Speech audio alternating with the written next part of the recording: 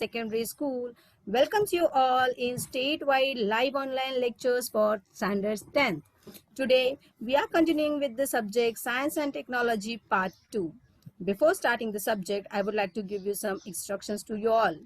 Like, keep your mic on mute mode. Kindly raise your hand if you want to ask any question, if you want to give an answer, or if you want to ask any doubt. After asking you a question and after giving an answer, kindly mute your mic again. Keep your pen and notebook handy to write down some important points. And do not make use of your mobile when it's charging. And kindly update your Zoom profile by writing your name, standard, and your school name. Many of the students are following these instructions. Very good students. Okay. Today we are starting with our today's topic.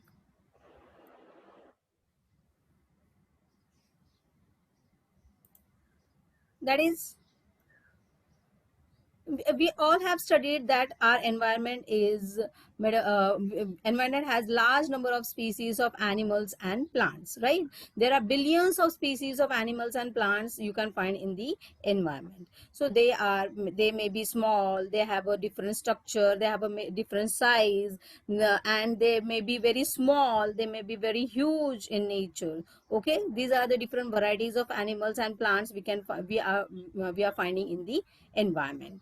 Okay, so some cannot be seen through our naked eyes. There are some animals and plants that we can see through our naked eyes, but there are some plants and animals that we cannot see through our naked eyes. Naked eyes means without any type of a device, means without microscope, without any telescope. We cannot see those organisms, binocular. If you are not making use of those devices, that is known as naked eyes, means our eyes, whatever we are seeing in day-to-day life, that is our naked eyes. So there are some animals or microorganisms that are not visible to us without through our naked eyes. So some cannot be seen through naked eyes. So what can be done for that? We are using some devices like microscope to study those microorganisms. Okay, so student, today's our topic is lesson number 7, Introduction to Microbiology. So we are just going to introduce this microbiology in this year to you all. So we are just taking an introduction of microbiology. Okay, so let us know something more about the microbiology. Microorganisms or microbes. So microscopic organism, I told you microscopic organism means organism which are not which cannot be seen through our naked eyes. We need some kind of device to study them all. So microscopic organisms are known as microorganism or microbes. Okay, they grow only on a product where they get appropriate nutrients. So these microorganisms grow on a product where they get appropriate nutrients for their growth. Okay, they respire. There are two types of respiration, that is aerobic and anaerobic. Aerobic respiration means what? They respire with the help of oxygen.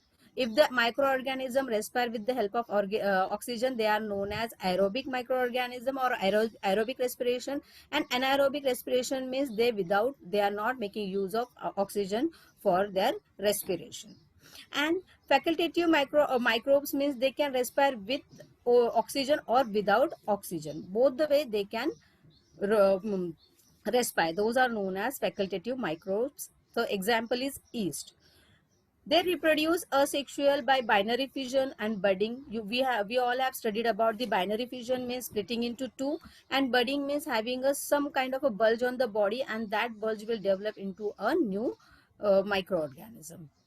Okay, so this is about the microorganism. These are the first organism who came on the existence of on the earth. You can say these are the ancestor of human beings or everybody, because from the microorganism we all have developed. So this microorganism term first given by the French chemist, that is Louis Pasteur. He has given the name that microorganism because they are microscopic.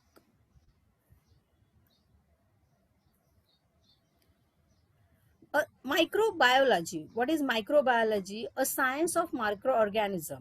It is a study of microorganism, or you can say a science of microorganism is known as microbiology.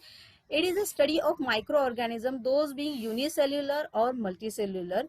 Unicellular means single cell microorganism, or a microorganism which is having a more than one cell. For example, algae, fungi, bacteria. So the study of those microorganisms is known as microbiology.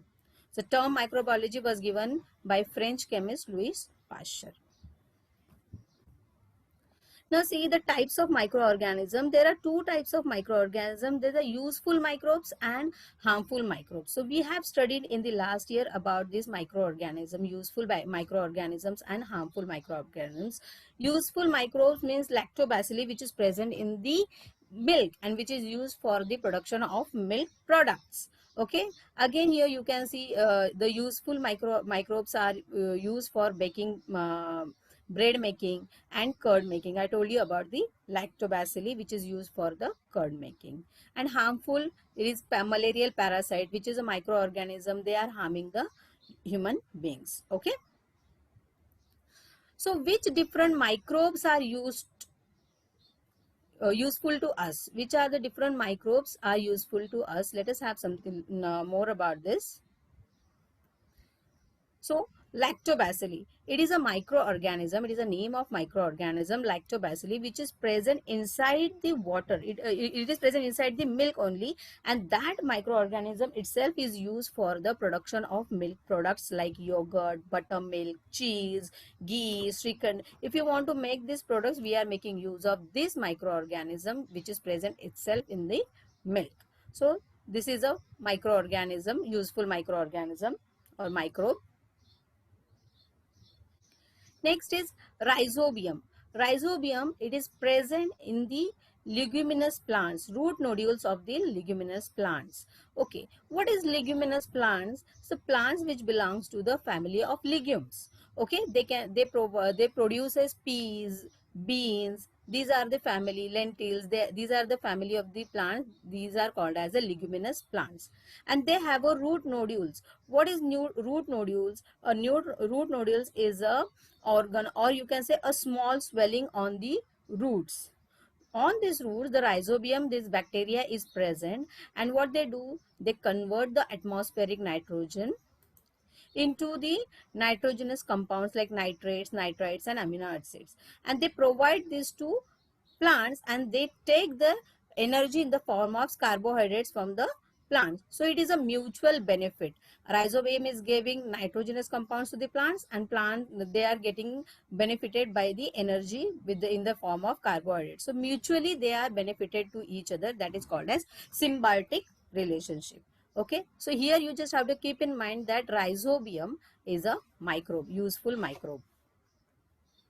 Then it is probiotic microbes. So what are probiotic microbes? Probiotic microbes are the microbes useful or active bacteria. They are the active bacteria in the milk or milk products, and they are useful to carry out all the alimentary canal, whatever the diseases caused by alimentary canal because of harmful bacteria. The probiotic bacteria kills this, and they maintains the alimentary canal inside the human body. So these are the probiotic microbes, that is Lactobacillus acidophilus, Lactobacillus ceci, Bifidobacterium bifidum. So these are the probiotic microbes.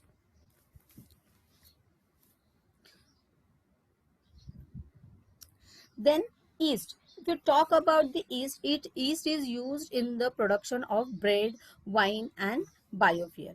What is yeast? Yeast is a eukaryotic single-celled microorganism classified as a member of fungus kingdom fungi. It is from kingdom fungi. It is eukaryotic and it is unicellular. It is used in the production of bread. Okay, and they have many species. There are many species of yeast, but Saccharomyces cerevisiae Saccharomyces cerevisiae is used for the production of bread in uh, large amount. Okay, in the industry, this Saccharomyces cerevisiae is used for the baking purpose. Okay, so lactobacilli, Then rhizobium, probiotic microbes, yeast, these are the useful microbes. Again, there are microorganisms like Yarovia lipolytica, Saccharomyces cerevisiae, and Alcanovorax are used for bioremediation. So these are also useful microbes. What is bioremediation? Is the branch of technology that employs the use of living organism like microbes or bacteria in the removal of contaminants, pollutants and toxins from the soil or water or other environment. For example, to clean the oil spills. These are the microorganisms used for to remove the contaminant, pollutant and toxins from the water, soil or other environments. Okay, so what for example, I gave you the to clean the oil spills. What is oil spills? It is a spread of petroleum on water. Whenever there is a huge amount of petroleum is transferred from one place to another with the help of huge ships, and with by the help of because of human activities or natural calamities, that oils get spread over the ocean. Because of this, what happens, the ecosystem of the ocean becomes it comes in danger. So remove that oil, whatever the oil is spread over that ocean, we use the microorganisms. Okay, so Alcanovorax is a microorganism used for the removal or absorption of that spread oil. So in this way, these are the useful microorganism. So penicillin, a group of antibiotics. What is antibiotics? Antibiotics means against life. Antibiotics means the against life, or you can say any drug that kills germs in your body. In technology, technically, it is known as antibiotics. Whatever is the drugs you are taking and that is killing the harmful germs in your body, that is nothing but the antibiotics. So penicillin is a group of antibiotic obtained from a fungus Penicillium and is used for controlling infections caused by bacteria like Staphylococci, Clostridia and Streptococci. So we have learned about the Clostridia, which is harmful bacteria, and because of this bacteria, if you are getting infection and that infection is controlled by antibiotics, so these antibiotics are known as useful microbes. Let us move to the next is which different products can be produced with the help of microbes. What products we can produce with the help of these microbes? See here, we can produce bread, cheese, wine, raw material for chemical, enzymes, nutrients, medicines. These are all products can be produced with the help of microbes. Okay. They used in garbage management and pollution control. I gave you the example of cleaning of oil spills. This Alcanovorax is the microorganism used for the cleaning of oil spills. Likewise, absorption of arsenic. Arsenic is a very poisonous substance or element that can be absorbed by the Saccharomyces cerevisiae. So we can use this microorganism to maintain for the garbage management and pollution control. Okay, now we'll move to the applied microbiology. What is applied microbiology? Application of microbiology. Applied biology means application of microbiology. Whatever we have studied, the microbiology is the science of microorganisms. That study we are applying to get some kind of a benefit, that is known as applied microbiology. See here, it is a branch of biology in which study of enzymes related to some prokaryotes and eukaryotic microbes, protein, applied genetics, molecular biology, etc. is performed, is called applied microbiology. It is a branch of biology in which we study about the of the enzymes related to some prokaryotes, means though those are having a uh, those are not having a proper nuclear membrane and nucleus. Eukaryotes means they are having a true nucleus. So about study of those microbes, study of proteins, applied genetics, these all studies when we are performing, that branch of biology is known as applied microbiology. Okay.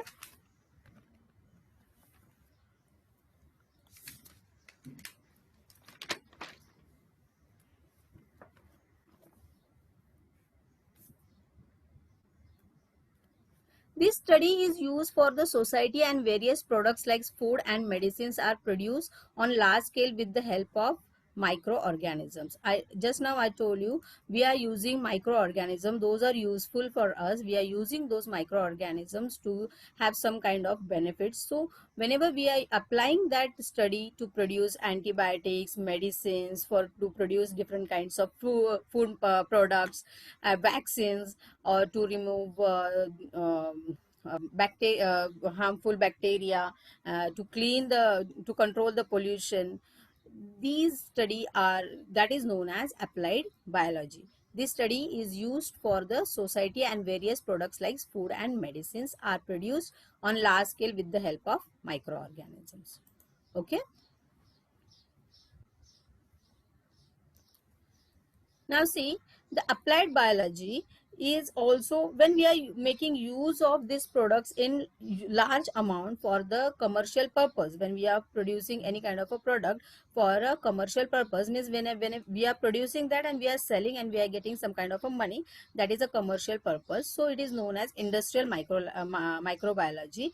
This science is related to commercial use of microbes, which includes various economic, social and environment related process and products. I told you the industrial microbiology is a science that related to commercial use of microbes. So we are making use of microbes to produce products, and we are selling those and we are getting benefited by that. That is known as industrial biology.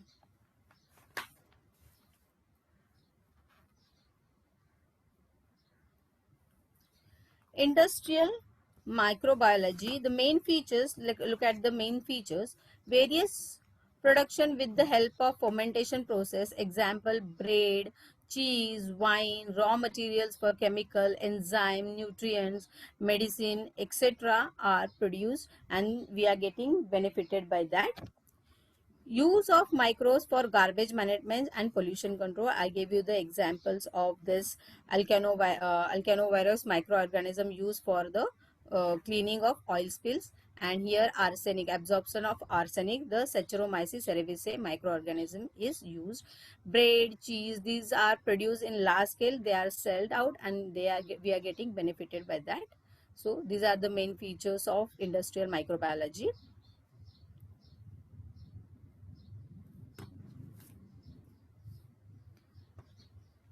So to make yogurt, we add a okay. Now we use fermentation process while conversion of milk into yogurt, which microbes are useful for this process. In the last year we have studied, we use fermentation process while conversion of milk into yogurt. Yogurt means curd. We are making a curd from the milk. So what we use fermentation process. Okay, but which microbes are useful for this process? I just now I told you the microorganism or microbes, lactobacilli is used. Now, what is fermentation? Fermentation means what? It is a process in which complex substances are getting break down into simpler one. Now, see how the yogurt is been made. To make yogurt, we add a little yogurt or few drops of buttermilk in lukewarm milk.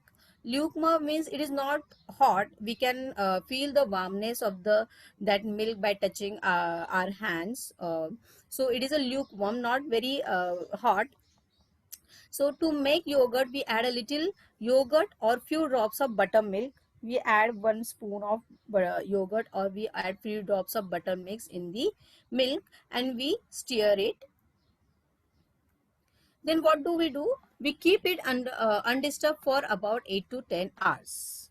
We are keeping that meals under undisturbed for about 8 to 10 hours. Some of you, we wrap in the in winter season. What we do, we wrap that whole utensils of the milk where we have kept the curd for fermentation. We wrap that with the help of some woolen clothes to give a humidity to that particular um, place. Okay, to keep it undisturbed for 8 to 10 hours. Okay, the bacteria lactobacilli, which is present inside the milk, that is used for the fermentation of the milk to produce a yogurt. So what these bacteria do, the bacteria lactobacilli which is present, that what they do, the lactose sugar which is present in the milk get fermented into lactic acid. The lactose sugar which is present in the milk, that is get converted into lactic acid, that is known as fermentation. And in this process what happen, the pH level of the milk decreases and it becomes little bit acidic. Okay, and the yogurt is formed over here. Due to lactic acid, yogurt has a specific sour taste. Okay, we have yogurt has a specific sour taste, khatta taste. Okay, you know that the due to lactic acid. Why this taste is has given because of lactic acid, yogurt gets this specific taste. The low pH of yogurt due to the presence of acid also destroys the harmful microbes present in the milk. The low pressure, I told you, the pH level of the milk decreases and it becomes little bit acidic. So when it becomes acidic, what happens, the whatever the harmful microorganisms present in the milk, they also get destroyed. Okay, what is pH? pH is a measure of acidity and basicity of an solution. When the 7 when we count the pH 7, it is known as neutral pH. But when pH level increases, that is known as basic basicity, or it is basic in alkaline in nature. And when the pH level decreases, that becomes acidic in nature. So when what happens in the yogurt formation, the pH level, whatever is the pH level of milk, that decreases and it becomes little bit acidic to destroy the harmful bacteria present in the milk. Which, again the next question, which microbes are useful for this process? The bacteria lactobacilli itself present in the milk is used for the useful for this process. So bacteria lactobacilli. Now we'll move for the products, that is dairy products. Whatever the products we are getting from the milk, that are known as the dairy products. Since ancient days, milk is converted into various products for its preservation purpose. We are making different milk products with the help of milk. That examples are cheese, butter, kefir, yogurt, etc. We are making and we are using that for they are edible. Water content and acidity of the milk changes during formation of the product, and texture, taste and flavor is improved. See here, each one has a different taste. We each has a different texture and we each has a different flavor. Water content and acidity of the milk changes during the formation of this all the products. Okay. Now see, here cheese, butter, cream, kefir, yogurt, these are the milk products, and we will see how they are produced or production of these dairy products. Yogurt, first of all we will see the yogurt. Yogurt means the curd. When it is produced in a large scale, how it is produced. So again, in the production of curd, the lactobacilli which is present inside the milk, the microorganism, useful microorganism present inside itself in the milk, that is used for the production of dairy products. So here also that lactobacilli is used. The cheese, yogurt and cream, the process is same to produce all this cheese, yogurt and cream, but lactobacilli is used for production of yogurt and cream, and fungi are used for the production of cheese. Now what happens, see, in the milk lactobacilli inoculant is added. Inoculant means active microorganism is added in the milk to form a yogurt. For maintaining the protein content, condensed milk powder is mixed with to be fermented. Here we are adding a condensed milk powder in the milk to maintain its protein contents. Okay. Milk is then boiled and cooled to a warm temperature. What happens in this? What do? We first of all we boil milk and then cool it to the warm temperature. That is nothing but the pasteurization. Pasteurization, what they do, pasteurization destroys unwanted microbes, and it also can be used to improve the shelf life and probiotic properties of the milk. Whenever we are pasteurizing the milk, means we are heating at the low temperature and cooling it quickly. We have to heat the milk at the low temperature below 100 degrees centigrade, and we have to cool it quickly. That process is nothing but the pasteurization. And what happens in pasteurization, it destroys the unwanted microbes. Whatever the unwanted wanted microbes are present in the milk, they get destroyed. And also it can be used to improve the shelf life, means it, we say that it expiry date, or we can change its duration. We can change the edible time of that particular product. So shelf life we can increase by pasteurizing, and probiotic properties can be improved. So this is all about the pasteurization. It is used to destroy unwanted microbes in the milk. Adding microbes. So after pasteurization, what is done in this pasteurized milk? Bacterial strains of Streptococcus thermophilus and Lactobacilli delbrueckii are added in 1:1 proportion. 1:1 proportion. We are adding this useful microorganism into that pasteurized milk for the fermentation process. Formation of lactic acid. What they do, they form a lactic acid is formed due to the Streptococcus strain. Due to the acid, protein present in the milk gel out, which gives a dense consistency to the yogurt. The lactic acid, lactose sugar, which is getting converted into lactic acid, and that due to that acid, protein present in the milk that gel out. Gel is nothing but a semi-solid form, jelly type structure.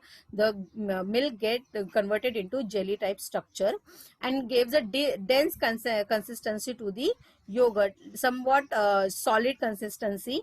It is not too hard, but semi-solid like structure, texture, appearance to that particular milk.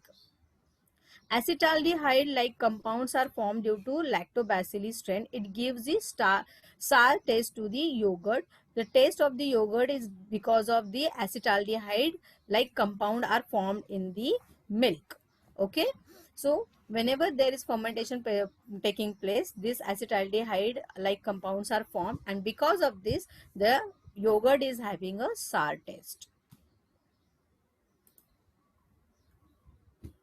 Here again, I've shown you how the milk is getting converted into the yogurt. Lactose, sugar in the milk, whatever the lactose present in the sugar, it is getting converted into lactic acid with the help of bacteria called lactobacilli, and that process is known as fermentation.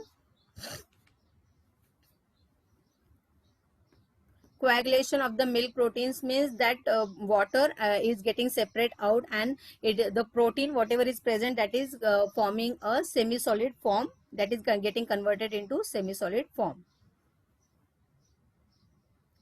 Nowadays, various fruit juices are mixed with the yogurt to impart different flavors. That is strawberry yogurt, banana yogurt, etc. We are getting different kinds of varieties. To get a different varieties, they are having a different kinds of fruit flavors into that particular product. Here you can see the strawberry yogurt mixed with the various fruit juices, strawberry yogurt and banana yogurt. They gives a different kinds of taste to that particular product.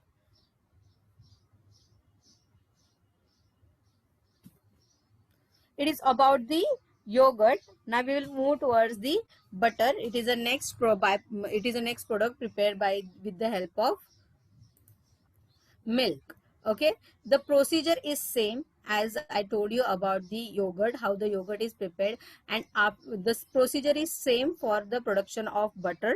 So here also the same, milk is pasteurized, then again the lactobacillus, whatever the useful microorganisms are present there, that are added in that particular milk, boiled milk or pasteurized milk, and then what happens here, only they churn this yogurt and they get the butter out of it.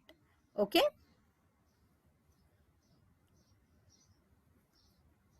Now there are two types of butter, that is sweet cream butter and cultured butter. So let us have more about sweet butter and cultured butter. Sweet butter is made up of pasteurized fresh cream. Sweet butter is made by the pasteurized fresh cream.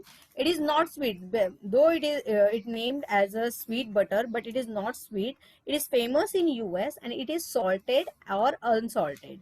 You can have a salty butter as well as you can have a unsalty butter, but it is not sweet. Okay, it is made up of pasteurized fresh milk. It is known as sweet butter. And if you talk about the cultured butter, the cream is treated with the culture like yogurt, allowed to ferment and then churned. It has a noticeable acidity. So cultured butter has a little bit acidic in nature and they have a sour taste. The cream is treated with the culture. We are adding yogurt in that, and then that is the fermentation process takes place, and after churning out we are getting the cultured butter. So sweet butter and culture butter, these are the two types of butter. The process is same for production of butter like a yogurt. We'll move for the next, that is a cheese production. This is the third product, that is a cheese production. Cheese is produced on large scale from the abundantly available cow milk all over the world. In the world, there is a limitless availability of the cow milk is there, and we are preparing cheese from that cow milk. So you can see here different types of cheese, that is cottage cheese, cheddar cheese, cream cheese, mozzarella cheese. Why these names are given to this? Because of their texture, their taste, their consistency. Because of this they are given these different names. So cottage cheese, cheddar cheese, cream cheese, mozzarella cheese, these are the different types of cheese. Now see how this cheese is produced here. The first chemical and microbiological tests of the milk are performed. Here what they do, they whether the milk is suitable for heat treatment, they calculate the acidity percentage of the milk, they take whether the preservative are added or not, adulterant are present or not. Adulterant means the substance who lowers the quality of the food product, so whether they are added or not. Check the consistency, fats, whatever the fats is present in the milk, purity of the milk. These all done before the fermentation of the cheese. Okay. Now adding microbes, pigments and flavors. Okay. Now what happens, they add some colors, they add microorganisms like streptococcus thermophilus, lactobacillus cremoris, lactobacillus lactis. They add this into the milk. Okay. And they add some pigments, they add some color in that particular milk.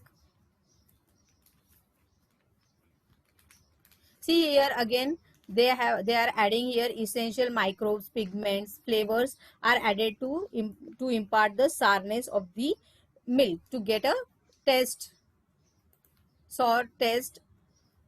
We are adding all this microorganisms, pigments, and we are adding some different flavors to get a taste. Traditionally, curdling of milk, an enzyme called rennet obtained from the alimentary canal of cattle was being used traditionally for curdling the milk. Here, what happens? They use the enzyme rennet, which is present in the alimentary canal of the cattle. So it becomes a non-veg, you can say non-vegetarian cheese.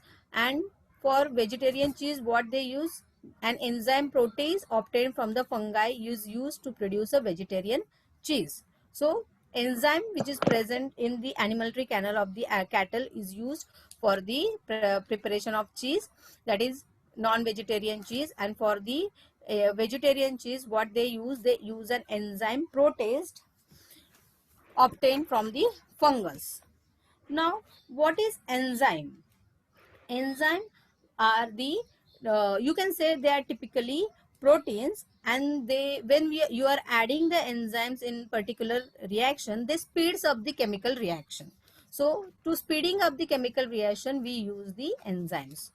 Okay, they speeds up the enzymes, whatever the chemical reaction is happening, they speed, whenever you are adding enzyme, they speed up the rate of that particular chemical reaction. Okay. मला काय माहित मला माहित नाही कोणाचा होता. Dense, dense हा texture. If you see the cheese is dense, it is hard, little bit hardness is there to improve the dense texture to the yogurt from whey need to be removed. What is whey? So here, whenever you are converting the milk into the yogurt, you will find a little bit water in that yogurt. That water is called as whey. Okay, and that water is very useful, but to get the density, or to have a texture like dense texture to the yogurt, we need to remove this whey water, whatever is whey present in that yogurt, we have to remove this. Whey is a liquid remaining after milk has been curdled out, and you can say it is a byproduct, it is a byproduct of manufacturing of cheese. Whenever we are manufacturing a cheese, we are removing this whey. This whey is very useful because they have a benefits, like they have a good quality, high quality proteins are there. They are used for muscle growth. They can use for the lower blood, to lower the blood pressure. You make use of this whey to treat the type 2 diabetes. So these are also very useful, but in cheese this whey is removed. Why this whey is removed? To have a dense texture to that cheese. Washing, rubbing, salting and cutting. So what happens when the cheese yogurt is formed, that yogurt whey is removed from that, and whatever the solid yogurt is present, that is then cut into the pieces. See here, you can see the yogurt is cut into the pieces. That pieces are washed, that are rubbed, and they are adding a salt into that. So because of that, we are getting a salty taste to the cheese. Okay. Repenning. What is repenning? The cheese is then pressed, cut into pieces and stored for repenning. You can see here that whatever cheese is formed by dense texture, that cheese is then pressed. They are pressing that cheese, and they are stored that cheese for repenning. So repenning is what? In simple words, you can say to grow or to mature, like fruit grows and they become sweet. Okay, they become less green or soft by ripening. In this way also, to get a softness and to grow the cheese, and to have a good quality of cheese, they keep the cheese for ripening. And acidity also increases with the help of ripening. Here also see, cheese is been cut and they are kept for ripening. Here also the cheese is kept for the ripening. See here, this is a question for you. Which different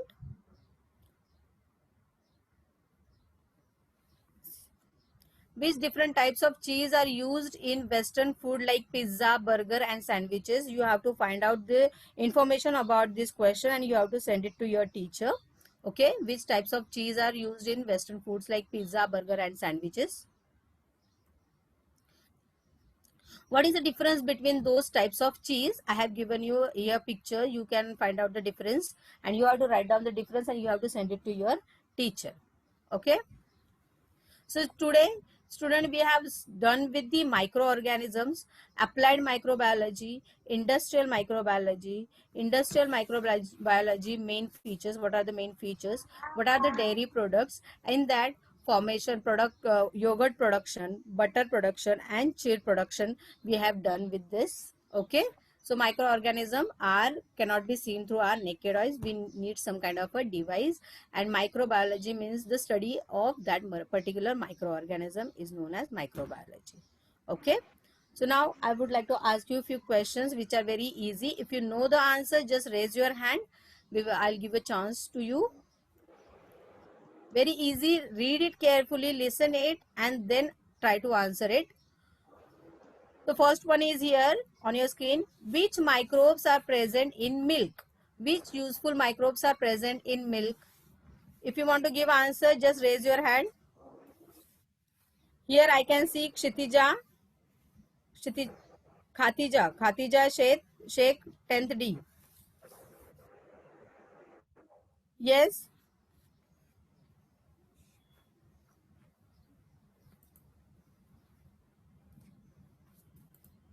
Yes, Students, student. If you, unmute yourselves and answer, students. okay, yes, Golar, Nehru Nagar.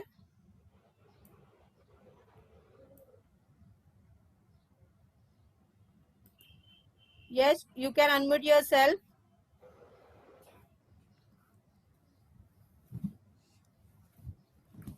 Anyone else? Just try. Which useful microorganism or microbes are present in the milk? Okay, Kushi. Yes. Hello, ma'am. Yes, hello. Hello, ma'am. Hello. Hello, ma'am. Lactic bacilli. Lactobacilli. Very good, Sorry, student. ma'am. It is a lactobacilli microbes Sorry which is for late present in reply. the milk. Okay, mute yourself. We'll go for the next question. Read it carefully and then try to answer. Okay. Why milk is pasteurized in the beginning? Why milk is being pasteurized in the beginning? Before production of any milk product, it is pasteurized. Why? Pasteurized means it is getting, we are heating that particular milk. Okay, so why we are heating? Okay, here I can see. Hello, Kushi. ma'am. Yes, tell me your name, beta. Pooja Sarangi.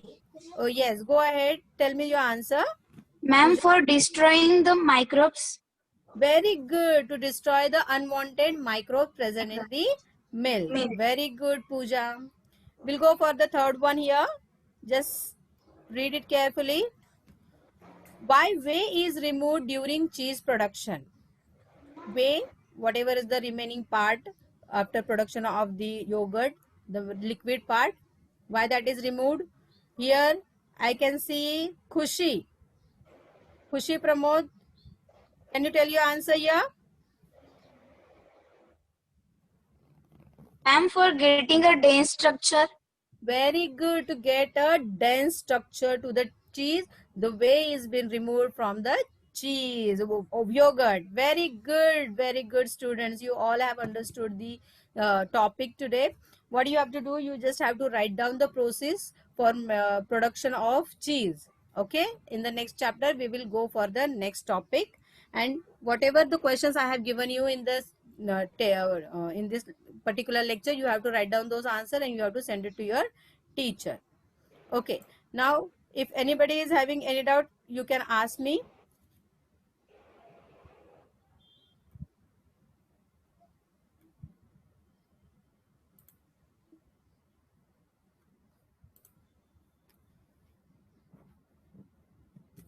Charushila ma'am. Unmute yourself and ask if you have any doubts.